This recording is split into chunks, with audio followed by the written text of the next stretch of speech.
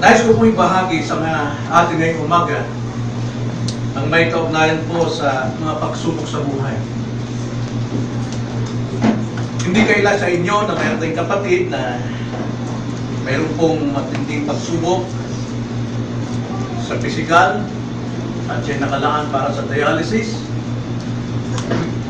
At nakita natin ang biyaya ng Diyos sa kanya. At mayroon din tayong bisita na nasa pagsubok din at siya ay upirahan bukas. Nasa Martes. At tanong ko na tayo lahat ay nasa mga pagsubok sa panahon ito. Maging ating bansa ay nasa matinding pagsubok. Kaya napakalaga po ang ating pag-usapan ang tungkol sa pagsubok dahil kadalasan po ang problema sa mga taong nasa pagsubok, ang tanong, paano ako maka-survive sa problema ito? So, nais ko pong bigay sa atin ngayong umaga ang tanong, how can we survive from all of this? How can we survive from all of this? Paano tayo maka-survive sa lahat ng ito? Na tanging salita ng Diyos ang makapagbibigay sa atin kung paano tayo makakasurvive. Buksan natin ang ating mga Bible sa isang pangyayari, isang kwento na pinasulat ng Diyos mula sa inspiration ng banal na Espiritu upang makapagbigay sa atin libong taon na karaan, pero ito'y sariwa pa rin makapagbibigay sa atin ng kalakasan ng ating pananampalataya. Daniel chapter 3, bagamat buong chapter ang ating babasahin, medyo bawasan natin, ang ating sisimulang basahin ay ang verse 8 hanggang sa katapusan.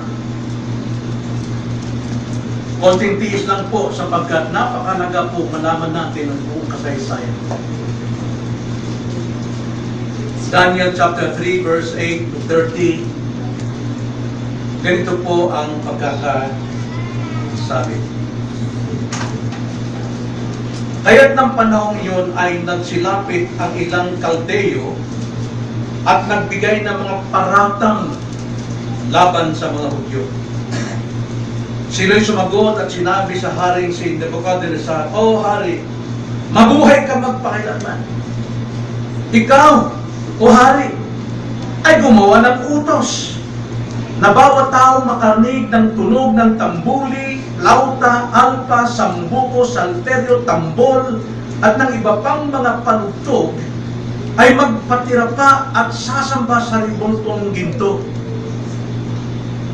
At sino mang hindi magpatira pa at sumamba ay hahagi sa gitna ng horno ng nagniningas na apoy. May ilang mga Hudyo na iyong itinalaga sa pamamahala sa lalawigan ng Babylonia na sina Shadrach, Meshach at Abednego. O Hari, ang mga lalaking ito ay hindi nakinig sa iyo. Sila'y hindi naglilingkod sa iyong mga Diyos. Ni nagsisamba man sa ribultong ginto na iyong itinayo. At kaya't sa puot at galit ay pinag-utos ni Nebuchadnezzar na dalhin sa kanya sina Shadrach, Meshach at Abednego. Dinala nga nila ang mga lalaking ito sa harapan ng hari. Sumagot si Nebuchadnezzar at sinabi sa kanila, O Shadrach, Meshach at Abednego, totoo ba na kayo hindi naglingkod sa aking Diyos ni nagsisamba man sa debotong ginto na aking itinayo? Mabuti kung kayo'y handa ngayon na magpatira pa at sumamba sa ribultong ginawa ko sa sandaling inyong marinig ang tunog ng tambuli, flauta, alpa, sambuko, salterio, tambol at ang iba pang mga panugtog. Ngunit kapag kayo'y hindi sasamba, kayo'y kaagad na ihahagis sa gitna ng horno na nagniningas na apoy. At sinong Diyos ang magliligtas sa inyo sa aking mga kamay? Sina Shadrach at Meshach at Abednego ay sumagot sa hari, O Nebuchadnezzar, hindi namin kailangan sagutin ka sa bagay na ito. Kung mangyayari na ang aming Diyos na pinaglilingkuran namin ay makapagliligtas sa amin sa horno ng nagniningas na apoy, ay hayaang iligtas niya kami sa iyong kamay, O Hari. Ngunit kung sakali mang hindi, dapat mong malaman, O Hari, na hindi kami maglilingkod sa iyong mga Diyos, ni sasambaman sa liburtong ginto na iyong ipinatayo. Kaya napuno ng galit si Nebuchadnezzar at ang anyo ng kanyang mukha ay nagbago laban kina Shadrach, Meshach at Abednego. Siya'y nagsalita at iniutos na painitin ang hurno ng 7 ulit na higit kaysa sa dating init dito. Kanyang inutusan ang ilang magigiting na mandirigma mula sa kanyang hukbo na kapusin sina Shadrach, Meshach at Abednego at sila'y ihagis sa horno na nagniningas ng apoy. Ang mga lalaking ito'y tinalian na may mga suot, may tunika, at may balaban, at may iba pang mga kasuotan, at siya'y inihagis sa gitna ng horno na nagniningas na apoy. Na sapagkat ang utos ng hari ay pangmadalian at ang horno ay lubhang pinainit, pinatay ng liyab ng apoy ang mga lalaking bumuhat kina Shadrach, Meshach at Abednego. Ngunit ang 3 lalaking ito, sina Shadrach, Meshach at Abednego, ay bumagsak na nakagapo sa gitna ng horno na nagniningas na apoy. Kaya't ang haring si Nebuchadnezzar ay nagtaka at nagmadaling tumindig. Sinabi sa kanyang mga tagapayo, "Di ba 3 nakagapos na lalaki ang ating inihagis sa apoy?" Sila'y sumagot sa hari, "Totoo, O Hari." Siya'y sumagot, "Tingnan ninyo! Ang nakikita ko'y 4 na lalaki na hindi nakagapos, na naglalakad sa gitna ng apoy at sila'y walang paso. At ang anyo ng ika-4 ay gaya ng isang anak ng mga Diyos." Nang magkagayoy, lumapit si Nebuchadnezzar sa pintuan ng horno na nagniningas na apoy at sinabi, "Shadrach, Meshach at Abednego, mga lingkod ng kataas-taasang Diyos, lumabas kayo at pumurito kayo." Kaya sina Shadrach, Meshach at Abednego ay lumabas mula sa kalagitnaan ng apoy. At ang mga tagapangasiwan ng lalawigan, mga kinatawan, mga gobernador at mga tagapayo ng hari ay nagtipon-tipon at nakita ang apoy ay hindi nagkaroon ng anumang kapangyarihan sa katawan ng mga lalaking ito. Ang mga buhok ng kanilang mga ulo ay hindi nadarang, ni nasunog man ang kanilang mga suot, ni nag-amoy-apoy man sila. At nagsalita si Nebuchadnezzar at sinabi, "Purihin ang Diyos ni Shadrach, Meshach at Abednego na nagsugo ng kanyang anghel at nagligtas sa kanyang mga lingkod na nagtiwala sa kanya. Kanilang sinuway ang utos ng hari at isinuko ang kanilang mga katawan kaysa maglingkod o sumamba sa sino ang Diyos maliban sa kanilang sariling Diyos. Kaya't ako'y nag-uutos ng bawat bayan, bansa at wika na magsalita ng anumang masama laban sa Diyos ni Shadrach at Meshach at Abednego ay pagpuputol-putulin at ang kanilang mga bahay ay gagawing bunton ng basura sapagkat walang ibang Diyos na makapagligtas sa ganitong paraan." Nang magkagayoy, itinaas ng hari sa katungkulan sina Shadrach, Meshach at Abednego sa lalawigan ng Babylonia. Naway pagpalain ng Diyos ang pagkakabasa ng kanyang salita sa ating mga puso. Ay dumako sa panalangin, hingin natin ang kanyang karunan. Opo, Panginoon,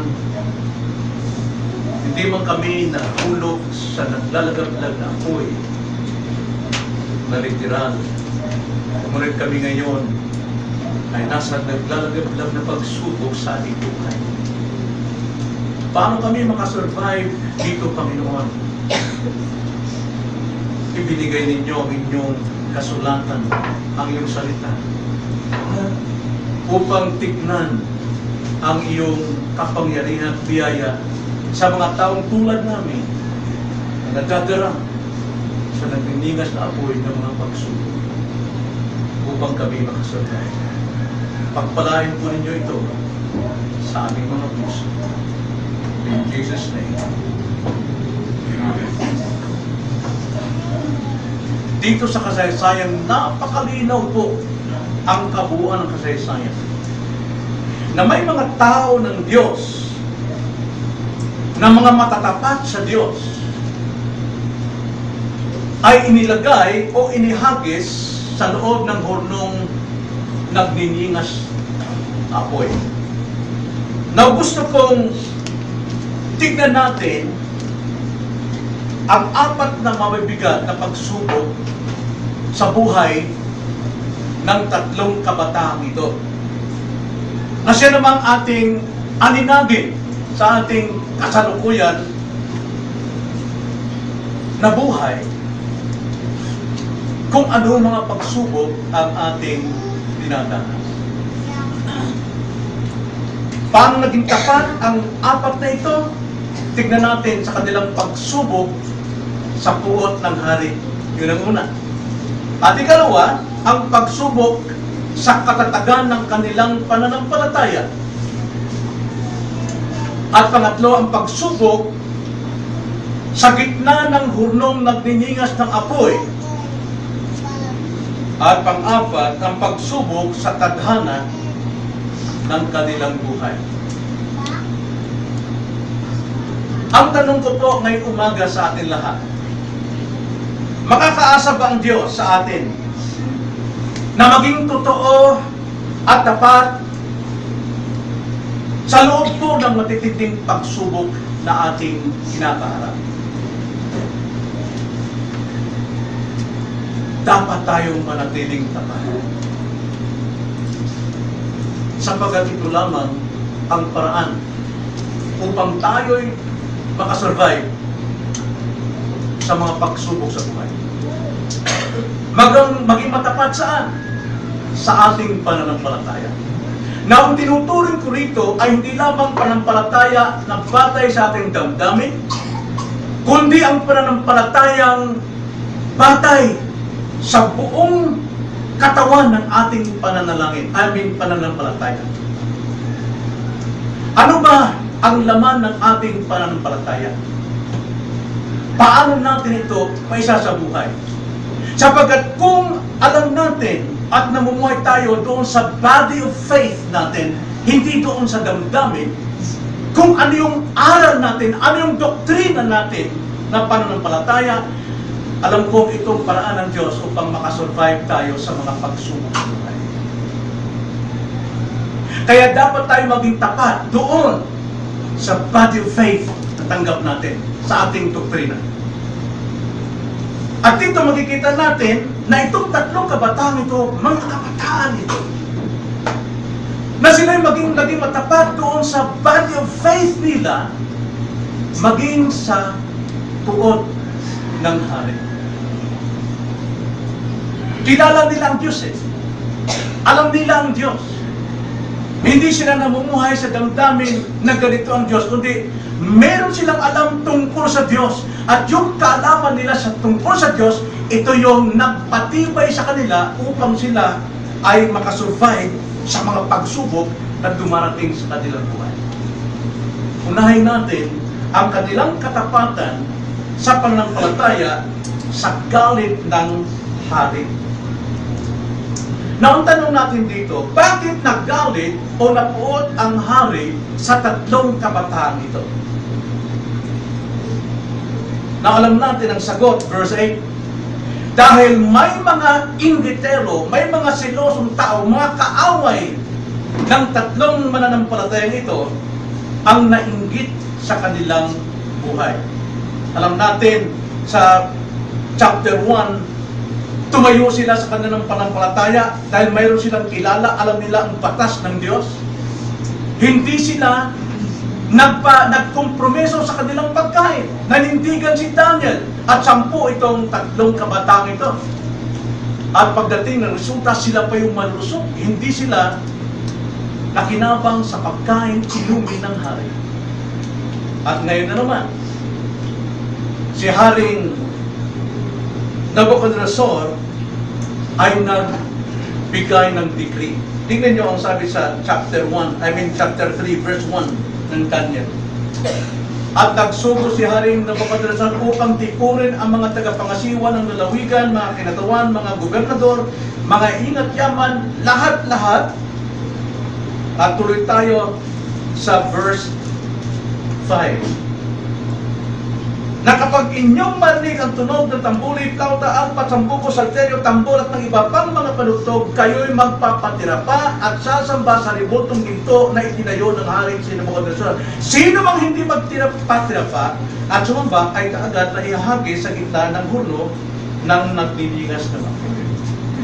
Si Haring Nabucodonosor, nagpatayo siya ng kanyang ribulto, ng taas ay 90 pie. Grabe, no? At ang lapad dito ay 9 feet. Ay napakalaki. At ito ay ginto. At ipinag-utos niya sa lahat ng tao, sa lahat ng mga mamamayan, sa lahat ng naglilingkod sa kanyang palasyo, sa lahat ng nakikinabang ng kanyang suporta, ng kanyang pagpapala, ng lahat ng kayamanan na tinatamasa, Hudyo man o mga Babylonia man, ay dapat lumuhod sa kanyang Diyos. Magpatira pa. Sapagkat sa panahon yun, ito yung pinakamayaman. Ito yung pangarap ng maraming Pilipino na maabot upang makamit nila ang kanilang pangarap na magkaroon ng bayan lupa. Kaya lahat, nung marinig ang tugtog, dapa lahat at sumamba. Ngunit sa libo-libo o milyon katao, kitang-kita ang tatlo na hindi nagpatira pa. Why? Alam nila ang kanilang body of faith. Alam nila ang kanilang pananampalataya. Alam nila ang kanilang doktrina.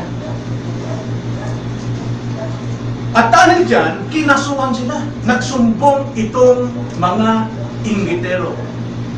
Mga taong walang magawa, kundi magpahamak ng mga tao. Hindi yung sabi sa verse 12. May ilang mga Hudyo na inyong itinalaga sa pamamahala sa lalawigan ng Babylonia na sina Shadrach, Meshach at Abednego, o hari, ang mga lalaki ito hindi nakinig sa iyo.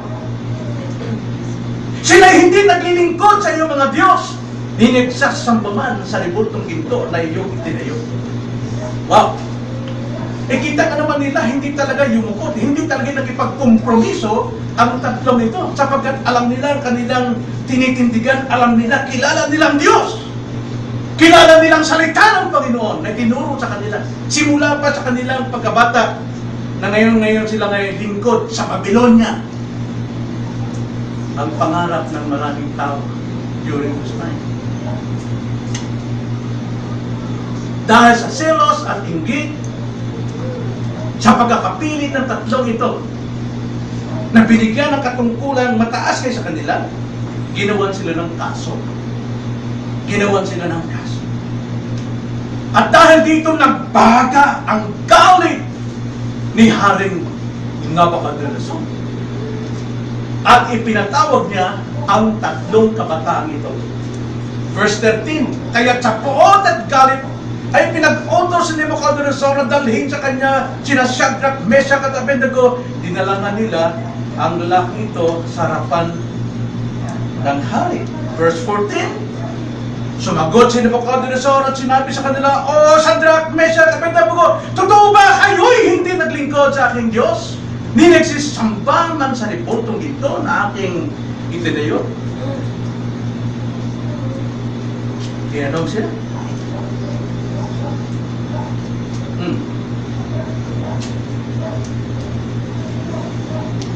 Totoo ba ito? Shadrach, Meshach at Abednego na hindi kayo sumama?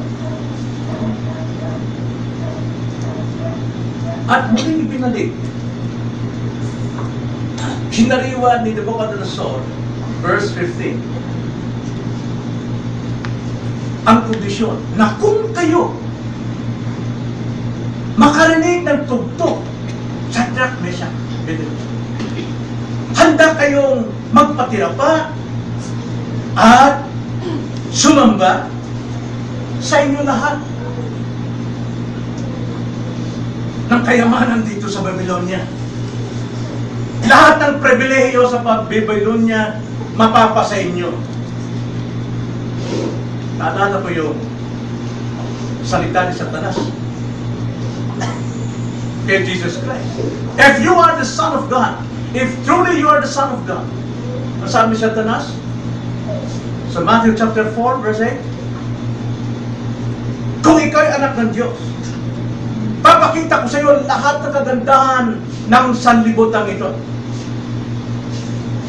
Ibibigay ko lahat sa iyo dyan. Lahat ng pribileyo ng sanlibutan ito, ibibigay ko. Sumamba ka lang sa akin.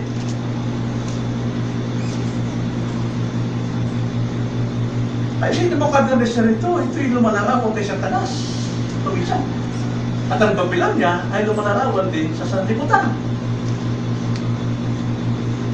If you kneel and worship me, then I will give you all these things.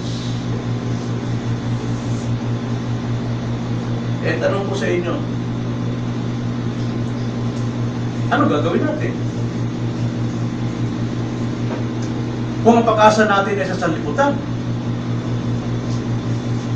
at ang pag-asa natin para tayo yumaman at magkamit ng lahat ng ating pangailangan ay sa pamamaraan sa Satanas. Talikuran natin ang ating pananampalataya. Magpaalipin ka. Sumunod ka at maglingkod at sumamba sa Kanya. Di ba itong ginagawa ng mga tao? No time for God. Hindi na alam kung ano yung priority ng buhay natin. Remember guys, na lahat ng bagay sa mundo ito are all secondary to one chief end ng isang Kristyano. What is the chief end of man? To glorify God and to enjoy Him forever. At lahat ng bagay na ating dapat gawin, na dapat nating pagsumikapan, kailangan natin lahat yun. But we have to know our priority. And what is that? Worship God. And God alone. Not the world. Not Satan.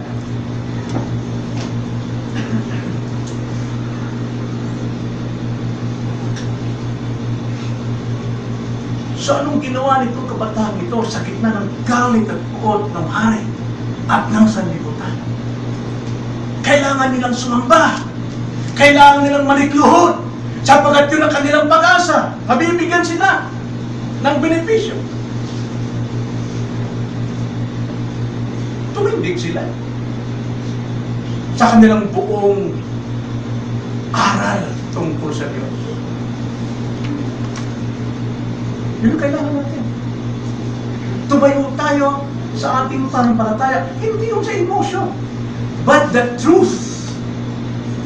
Ang katotohanan ng laman ng ating pananampalataya.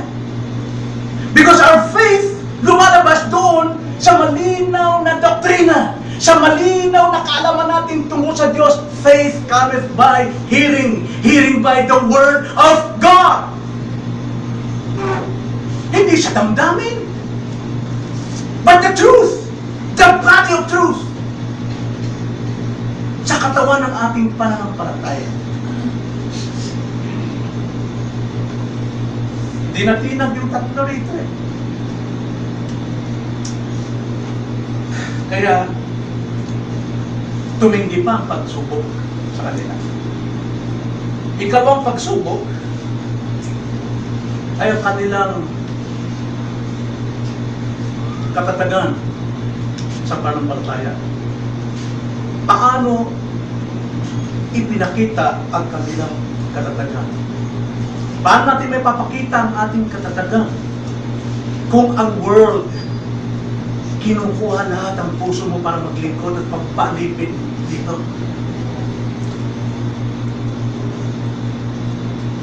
Verse 15 to 19, babasahin ko lang po ito ng diretso. Sabi ni Dr. Grasa, mabuti kong handa ngayon na magpatira pa at sumamba sa ributong ginawa ko sa daring inyong marinig ang tunog ng tambulit, kausa alpha, sambuko, salterio, tambor at ng iba pang mga panugtog. Ngunit kapag kayo hindi sasamba, kayo'y kaagad na ihahagi sa gitna ng hurno na nagniningas na apoy. At sinong Diyos ang magliligtas sa inyo sa aking mga kamay? Sinong Diyos? Anong pinakahawakan ninyo? Wala kayo nakikitang Diyos. Ang pinawakan nyo lamang ay tungkol sa Diyos.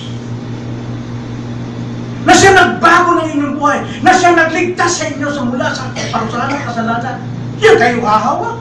Sino makapagligtas pa yan sa iyo ngayon sa aking kamay? Shadrach, Meshach, sumagot sa verse 16, ay sumagot sa hari, Nabucodonosor, hindi namin kailangan sagutin kayo sa bagay nito. Ano sabihin mo? Mga hari, hindi kami dapat mga tuwiran sa inyo. Totoo talaga, inaamin mo, kitang-kita ng buong bansang Babylonia na hindi kami yumukod at sumamba. Totoo, wala kami may katwiran. Talagang sumuway kami sa utos mo. Sumuway kami sa utos mo. Kaya ang sabi sa verse 17, kung mangyayari na mayroon silang hindi naman pag-aalinlangan, hindi pag-aalinlangan itong kundi isang kondisyon. Kung mangyayari ng aming Diyos na pinagdalon ka namin ay makapagliligtas sa amin sa hurnong na nagdiningas na apoy, kung magagawa ito ng Diyos namin, sabi niya, makakaligtas din kami sa kamay mo. Sino ka? Ikaw hari? Na, sagot ito ng mga taong may pinangawakang pananampalataya. Sino bang taong di matatakot sa pinakamakapangyarihang tao sa tayong na yun? Isang hari? Sasagutin na ng ganito? Harapin nila? Aba, tawagin ka lang sa barangay captain kung mayroong usapin, manginginig ka na. Gaano ba ito, hari? Walang sino mang maaaring lumabag sa kanya. Pero napakalinaw ang sagot ng tatlong ito. Batay sa kanilang pananampalataya. Batay sa kanilang paniniwala sa Diyos. Verse 18, ngunit kung sakali mang hindi nakakatiyak na sila iligtas ng Diyos. Kung sakali mang hindi, dapat mo malaman, O Hari, hindi kami maglilingkod sa iyong mga Diyos. Isasamba man sa libutong ginto na iyong ipinagay. Tingnan niyo, hindi po namumuhay sa damdamin ang tatlong ito, kundi namumuhay sila sa malinang ilang aral tungkol sa Diyos. Nang kahit hindi man sila iligtas doon sa naglalagablag na apoy, hindi pa rin nababago ang kanilang panindigan sapagkat naniniwala sila na ang Diyos na kanilang pinaglilingkuran ay Diyos ng lahat ng klase ng Diyos sa buong daigdig. Mahal nila ito. Pinanghawakan nila ang kanilang aral, doktrina, mga kapatid. Kung tayo po'y nalalagay sa iba't ibang larangan ng buhay natin, whether it is trabaho, negosyo, pakikipagkaibigan, manghawak kayo sa doktrina. Mamuhay kayo sa doktrina. Tama ba mag-iisa ka sa barkada? Kabataan, tama ba? Bad company corrupts good moral, and that is the doctrine. One of the body, one of laman ng body ng ating pananampalataya. Ano mang negosyo, mga kapatid, na umaagaw sa iyo, pilit ang inaalipin at maglingkod sa kanya para makamit mo ang gusto niya. Mamuhay ka sa doktrina. Mamuhay ka sa pananampalataya. Ibig sabihin nun, ano bang paniniwala mo sa Diyos? Anong kalagayan mo ngayon? Maaaring mayroon kang problema. Mayroon kang malaking usapin na maaaring ito'y katutumban ng iyong pag-asa, ng iyong mga anak. Maaaring masira ang inyong plano. Anong gagawin nyo? Kakapit kayo sa pangako ng sanlibutan? O titindig kayo sa pananampalataya na hindi nyo tutungisan ang Diyos sa inyong mga buwan?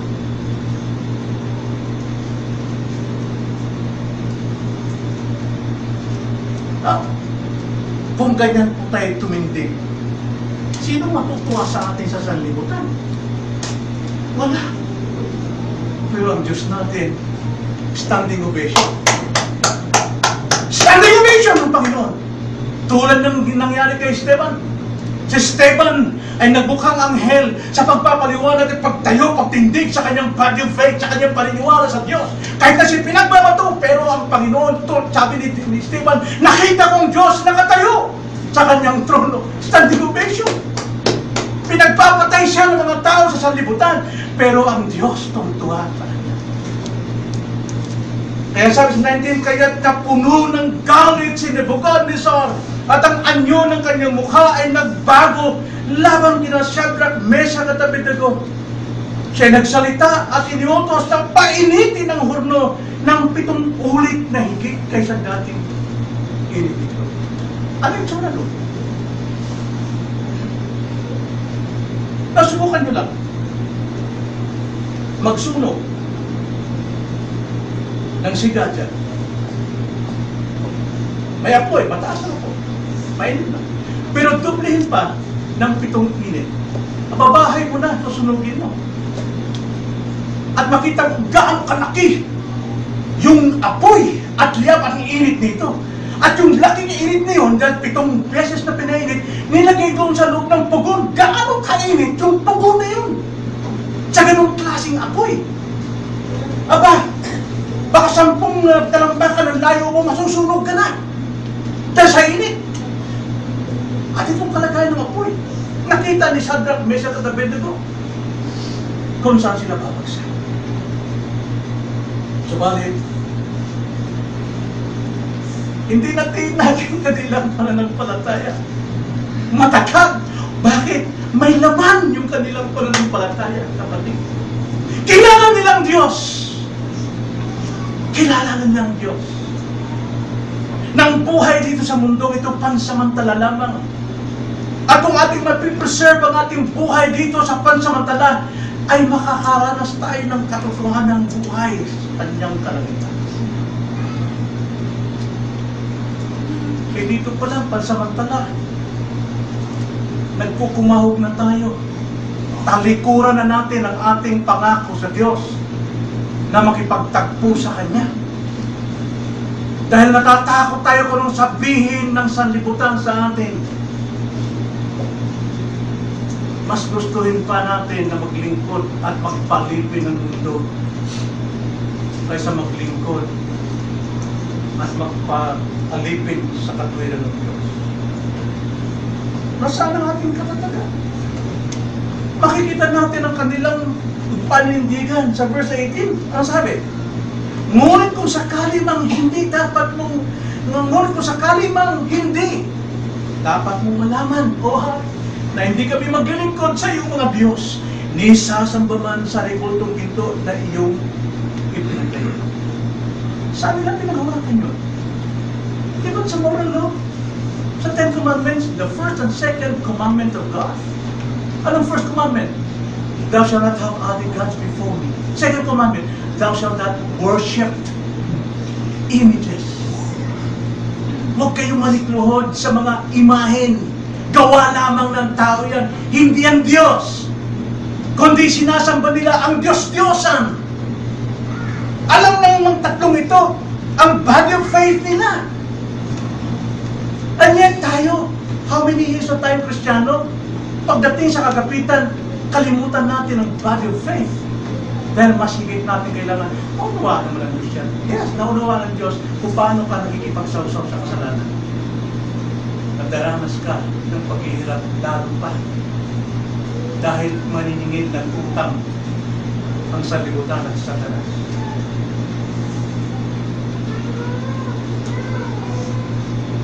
Alam nila kanilang faith. Alam nila kanilang faith. Kaya nanindigan sila. Ano pang sabihin? 3 against the world. Ano mo sabihin ng milyong tao pati ang hari?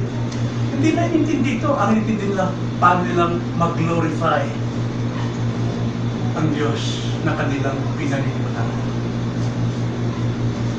Di ba yun ang aral din natin? In whatever we do, whether we eat or drink, whatever things we do, sa pinakamaliit na bagay, gawin natin sa lahat para sa kapurihan ng Diyos. Now, itong tatlong ito, nagpasakot sila sa trabaho binigay sa kanila. Naglingkod sila ng tama, mga kapatid. Walang makitang pandaraya ang mga siloso at mga kalaban nitong tatlong ito sa trabaho. Tapat sila, masipag sila, ginagawa nila ang trabaho sa Babylonia dahil sila yung mga lingkod ng Panginoon. Actually, yun sinabi ng Kolosas sa atin. Kahit ang inyong amo ay masama, malupit, pero maglingkod kayo dahil ang inyong paglilingkod ay sa Panginoon. Ang ating priority ay ang God. Kaya wala silang makitang sumbong maliban doon sa di pagsamba sa ribulto at pagsuway sa utos ng hari ng sanlibutan. Alam na ng tatlo kung anong magiging kapalit ng kanilang panindigan. They know it. They know it. At nakikita nila. Parang ikaw, maaaring tanggalin ka sa trabaho dahil nanindigan ka sa iyong pananampalataya. Alam mo yun? Pero minsan ayaw mo, diba, Lord, naunawaan mo na ko eh. Diyan ka muna. Lord, kailan mo kumita rito? Diyan ka muna. No, alam ng mga tao ito ang consequence ng kanilang pag-disobey sa hiningi ng word. Tayo, anong gagawin natin? Anong gagawin natin? Diyan po makikita at katatagan ng ating pananampalataya. At dahil dyan, mga kapatid, tayo ay tapat sa ating pananampalataya, maging sa gitna ng puot ng hari. At naging matatag pa rin tayo sa pananakot ng hari. Anong gagawin pa natin pag akto na tayong tanggalin o ihulog na sa apoy ng ulo? Tingnan nyo, pagsubok naman ba itong lalapyang ito sa gitna ng horno. Basahin natin 19:25. Mahaba ito pero kailangan kong basahin. Kahit na puno ng galit si Nebuchadnezzar at ang anyo ng kanyang mukha ay nagpagol laban kina Shadrach, Meshach at Abednego. Siya nagsalita at inutos na painitin ang horno ng 7 ulit na higit kaysa dati nito. Kanyang inutusan ang ilang magigiting na mandirigma mula sa kanyang hukbo. Nagapusin sina Shadrach, Meshach at Abednego. At sila inihagi sa horno ng nadiningas sa apoy. Ang mga lalaking ito'y tinalian na may mga suot. Bakit? Para madaling matupok. May tunika at may palaban at may ibang mga kasuotan at sila inihagi sa gitna ng horno ng naniningas sa apoy. At dahil sapagkat ang utos ng hari ay madalian at ang horno ay lubang mainit, pinatay ng liyab ng apoy ang mga lalaking bumuhat kina Shadrach, Meshach at Abednego. Nakita niyo gaano kainit yung pugot? Palagi ko, hindi sila kikilaro sa bunganga talaga ng pugot para ihagi si Shadrach. No. Mga basketball player marahil ito. Tinapon yung tatlo. Pero ang layo nila, nilamon sila ng apoy. Nilamon sila ng apoy. Tingnan sa verse 23. Ngunit, ang tatlong lalaki ito, sina Shadrach, Meshach at Abednego, ay bumagsak na nakagapo sa gitna ng horno ng nagdidinas na apoy. Nung pagkabagsak,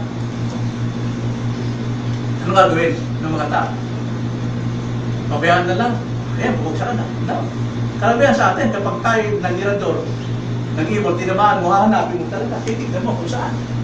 Ganon ang ginawa ni Nebuchadnezzar. Nung bumagsak yung tatlo, patayin ka yung mga sundalo magigiting, hindi ka pinasin yun. Bayaran niya yun eh. Ang binigyan ng pansin, anong nangyari? Kila Shadrach. Tinitan niya. Kasi gusto niya matuwa, manggigil, buti na sa inyo. Pagtingin niya, ang sabi sa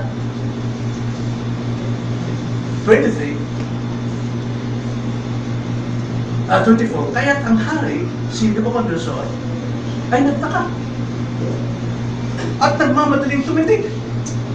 Sinahin niya sa kanyang mga tagapayo, di ba 3 nakagapos na lalaki ang ating inihagi sa apoy? At sila'y sumagot. Totoo, o hari. Totoo.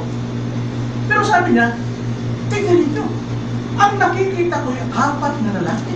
na hindi nakagapos na naglalakad sa gitna ng apoy at sila'y walang paso at ang anyo ng ikaapat ay gaya ng isang anak ng mga Diyos. Na kung ating alamin doon sa Septuagint, yung Septuagint po, ito yung Biblia sa Griego na sinali ng 70 theologian doon sa Egypto. Sila ay nag-translate from Hebrew, Aramaic to Greek. Kaya tinatawag Septuagint 70 mga matatalino, scholar, Greek. Ang sabi noon, kaya't natumindig si Nabucodonosor sa kanyang pagkakaupo upang silipin yung tatlo dahil narinig nilang umaawit ang tatlong ito. Umaawit at nagpupuri sa Diyos. At nung tingnan niya, nakita niya, mayroon silang kasamang isa. Ang sabi ni Nabucodonosor, anak ng Diyos. Sino yung anak ng Diyos? Si Jesus. Kasama nila si Jesus, nakita ni Nabucodonosor. Pero hindi ito nakita ng tatlo. Ang nakakita lang nito ay si Nabucodonosor. Kaya minsan, kahit unbelievers, maaari niyang makita ang Diyos sa iba't ibang paraan. Pero itong tatlong ito, hindi niya nakita. Pero tapat ang Diyos sa kanyang pangako. Alam ito ng mga kabataan ito. Turo ito ng kanilang mga magulang. Mula sa Joshua chapter 1, chapter 1 verse verse 5. Ang sabi ng Panginoon kay Joshua, magpakatapang ka lang, sinasabi ko sa inyo, I will never leave you nor forsake you. At pinuulit-ulit ito ng Diyos sa Genesis 28 verse 15 kay Abraham, Deuteronomy chapter 31, Deuteronomy chapter 31 verse 8, 1 Chronicles chapter 28 verse 20, Isaiah chapter 41 verse 10, hanggang sa atin sa Hebrews chapter 13 verse 5. Iba-ibang context. Pero huling-huli sa atin, huwag maging kubitus, huwag maging sakim. Sapagat pangako ko sa iyo, hindi kita iiwan ni kakalikulan. Huwag tayo masyado mag-after sa gusto ng sanlibutan ito para tayo maalipin. Tingin ko sa inyo, kung hindi kayo namumuhay sa katawan ng panampalataya na ating paniniwalaan, trabaho ng trabaho, anong nararamdaman yung trabaho nyo? Pagod, hapon, wala ng gana. Diba? Totoo ba yun? Pero kung mayroon kang namumuhay ka sa panampalataya, kahit anong pagod mo, may panahon ka para sa Kanya. Dahil ang kagalakan natin ay ang Diyos.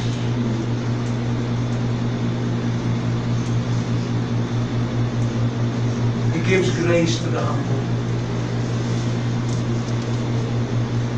Naalala ko si Pablo at si Silas. Matinding pagsubok ang idinaras nila. Hinuli sila. At ibinilanggo. Anong dahilan? Dahil nangangaral sila ng Ebanghelyo. Dahil tumitindig sila sa kanilang panampalataya. At ang panampalataya nila ibinabahagi nila sa mga tao upang ang mga tao maligtas din. Kinulong siya. Nakakadena sila. Parang paa. Nakaipit ang kanilang mga kamay at paa at ang leg nila, pero umaawit sila sa Panginoon ng patuloy. At sa gabi yun, nadinig ng Diyos sa kanilang awit, nakalagan ang kanilang mga kadena, bumagsak ang mga rehas, at sila'y nakalaya. Kaiba rito umaawit sila sa gitna ng apoy. Dahil mayroong Panginoon kasama nila. Abay kalay mo, pinalamig ng gusto yung apoy ng Diyos. Kung tayo nasa presensya ng Panginoon, alam natin banal yun. At pinalalamig ng Panginoon ang ating kalagayan. Binibigyan tayo ng kaginhawaan, binibigyan tayo ng kasiyahan sa gitna po ng problema.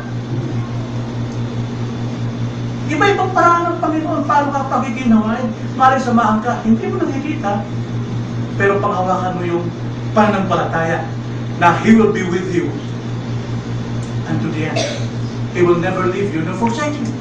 Diyan tayo mahawak, mga kapatid. Sa katawan ng panampalataya, na ating pinanungakan. Kaya naman, nakita natin ang katatagan sa pagsubok sa galit ng hari. Ikalawa, sa katatagan ng kanilang panampalataya. Ikatlo, sa hurnong nagniningas ng apoy. At kaya naman, ay sa tadhana ng kanilang buhay. Ano na ngayon ang maging resulta? Iniligtas sila ng Panginoon. Tingnan nyo, sabi sa 26.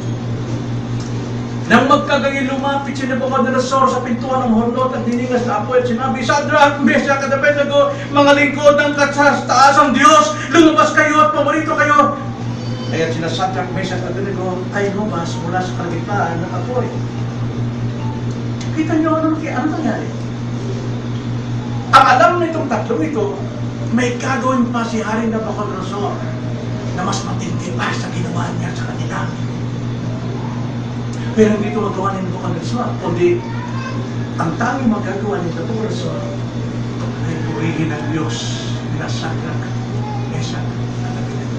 Alam nyo, wala lang talagang magagawa sa libutan at maging Satanas para tayo sirahin, kundi sa kamay ng Diyos. Yung ginagawa ni Satanas sa ating panggigipit, pang-alipin, ginagamit ng Diyos para sila ay bumagsak at ikaw ay taas. Romans 8:20. Sa mga tao ng Panginoon, and we know that in all things God works together for good. For those who love Him. For those who are called. Yun po nangyari dito. So ano nangyari? Naluwalhati ng tatlong ito ang Diyos na kanilang sinasampalatayan. Naluwalhati ng gusto. Mula mismo sa bibig ng hari na may puot sa Diyos, na Shadrach, Meshach at Abednego, ang mismong may puot din sa kanila. Mula sa bibig ng hari, ang sabi, purihin ang Diyos na pinaglilingkuran nila Shadrach, Meshach at Abednego. Mula sa bibig ng hari ang papuri. Ano nangyari? Anong tadhana nila? Promotion. Na-promote sila. 29-30. Kaya ako'y nag-uutos, tignan nyo, mismo ang hari nag-uutos, gumawa ng decree. Kaya ako'y nag-uutos ng bawat bayan, bansa at wika na magsalita ng anumang masama laban sa Diyos ni Shadrach, Meshach at Abednego ay pagpuputol-putulin, at ang kanilang mga bahay ay gagawing bunton ng basura, sapagkat walang ibang Diyos na makapagliligtas sa ganitong paraan. Now, anong Diyos sa mundong ito na makapagliligtas sa mga makasalanan? Mayroon ba? Mayroon bang relihiyon makapagliligtas? Wala. Tanging si Kristo lang po ang tagapagligtas at siya lang makapagliligtas. At yan ang panampalataya nitong tatlong ito. Pero sa mundong ito, napakaraming Diyos-Diyosan ang kanilang pinaglilingkuran. Kaya ang sabi ni ang kabayaran yan, mismong hari, ang sabi, sino bang tao nagmanira sa Diyos na totoo na pinaglilingkuran nitong mga mananampalatayang ito, puputol-putulin ang kanilang bahay at gagawin buntong basura ang kanilang mga bahay. Nang magkagayoy, verse 30, itinaas ng hari sa katungkulan sina Shadrach, Meshach at Abednego sa lalawigan ng Babylon. Now, itinaas ng hari. Pero behind, chapter 2, all promotion is from God. Lahat po ng promosyon ay mula sa Diyos. Now, in application, ang una, pag ginagawang pinupromote ng Panginoon ang kanyang mga tao, una-una tulad kina Shadrach, Meshach, Abednego, dahil sila'y nanindigan sa kanilang panampalataya. Sila'y nanindigan kung sino ang Diyos na kanilang pinaglilingkuran. Hindi sila nakipagkompromiso. Kaya naman, di ba, napakagandang promotion?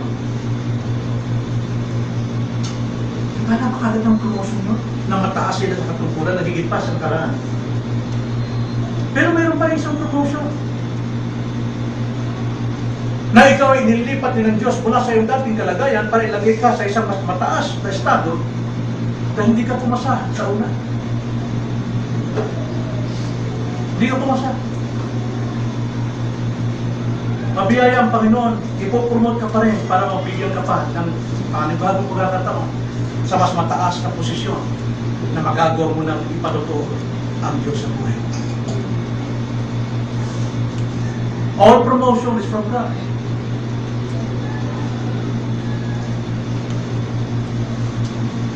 Kaya ang tanong ko mga kapatid, ano mangyayari kung patatahimikin tayo ng mundo para hindi maluwa natin?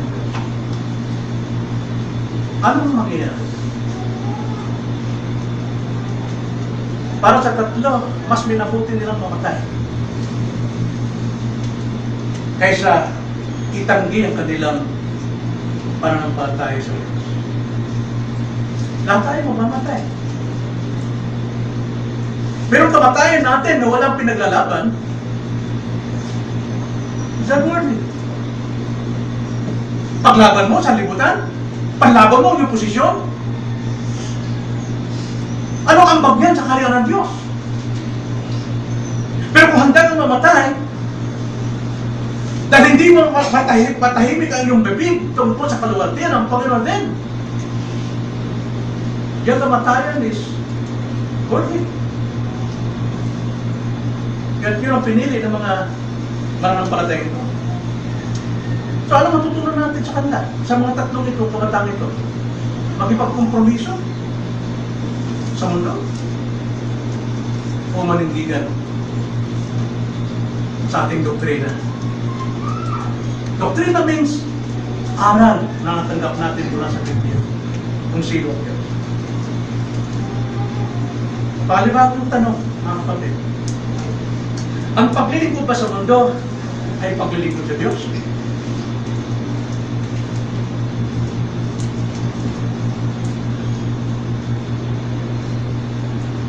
Kaliwan ba at kasiyahan ng maglingkod sa mundo? Di ba't kapong-kapo tayo? Tayo ay dichotomy. Ang ating composition is the physical and the spiritual. If the spirit is weak, of course, the body is weak. If the body is weak, then of course, napapahina ang spirit.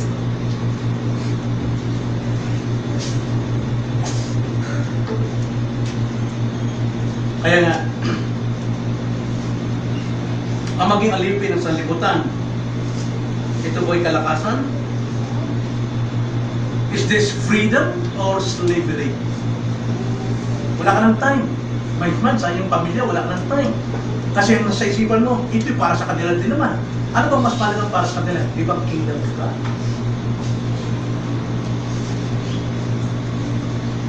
Seek ye first the kingdom of God and His righteousness, and all these things shall be added.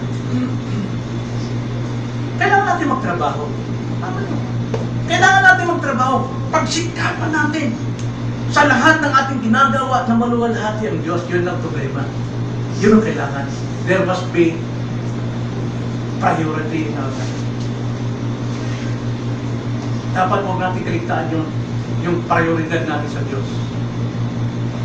May hindi paalala sa atin. Sa atin na. Dahil kung di natin susundin dito,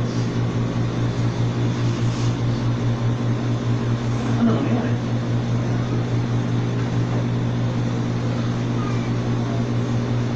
So anong paniwala nyo?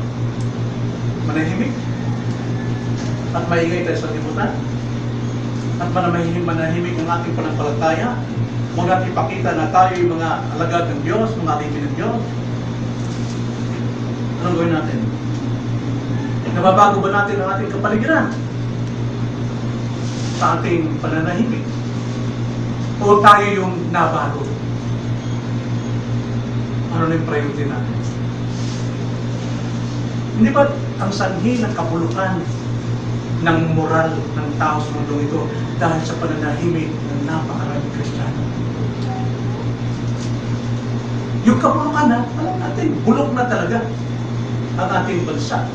Pero yung kabulukan nito, ito'y dahil sa pananahimik ng maraming Kristiyano. Hindi nagiging asin. Tingnan nyo. Tingnan nyo lang. Kung hindi naging bold ang tatlong kabataan ito sa buong bansa ng Babylonia. Kung hindi nanindigan yung tatlong ito. Kung hindi nakita at narinig yung kanilang pananampalataya. Anong mangyayari sa buong Babylonia? Na hindi man naligtas ang buong Babylonia. Hindi wala ito. Pero tandaan nyo, dahil sa utos ng hari, lahat yumukod at sumamba sa totoong Diyos na sinasamba nila sa katapusan. Matthew chapter 6, and 5 verse 16. Let your light shine before men, that they may see your good works. Hayaan niyong magliwanag ang inyong liwanag sa harapan ng mga tao upang makita nila ang inyong mabubuting gawa nang sa ganoon matuturon sila magpuri, magliwalhati.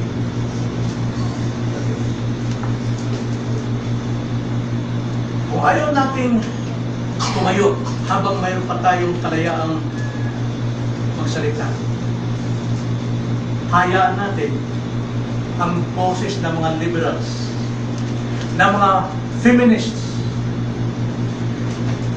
ng mga gays, ng mga tao niya. Third sex. Napakaingay nila. Napakakulit nila.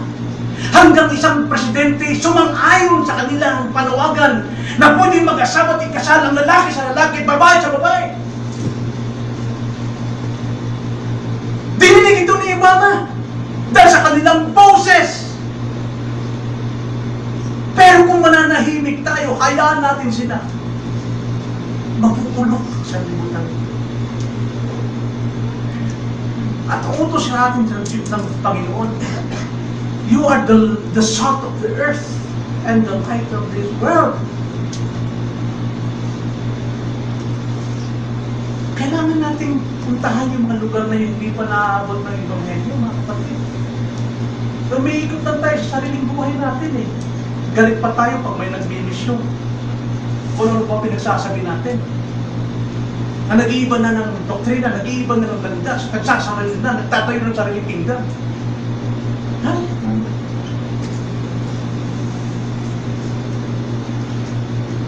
Huwag tayo manahimik. Huwag tayo manahimik. May nagsasabi, siya na naglalagay sa Diyos na ikalawa lamang sa kanyang buhay. Nilalagay niya kanyang sarili sa una. Ganun. Kung pinapaliwala mo ang iyong panampalataya sa Diyos, nilalagay mo ang sarili mo sa una. Wala kang matatapos. So anong pwesto mayroon ng Diyos sa buhay mo, kapatid, ngayon? Anong pwesto ng Diyos sa buhay mo? Tayo na lang.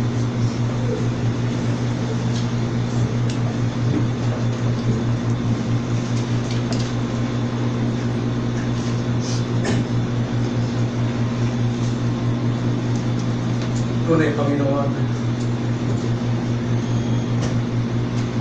salita niyo lamang ang makapagbibigay sa amin ng laman ng aming pananampalataya. At ang salita ninyo ay subok. At ito'y 7 beses niyong sinubok na ito'y dalisay. At ang salita ninyo mananatili magpakailanman. Mawala na ang langit at ang lupa, ngunit ang salita ninyo ay mananatili magpakailanman. Gano'n pa ang tupo ay manahad sa ating puso at ipamuhay namin at hindi lang ang tagapagibig.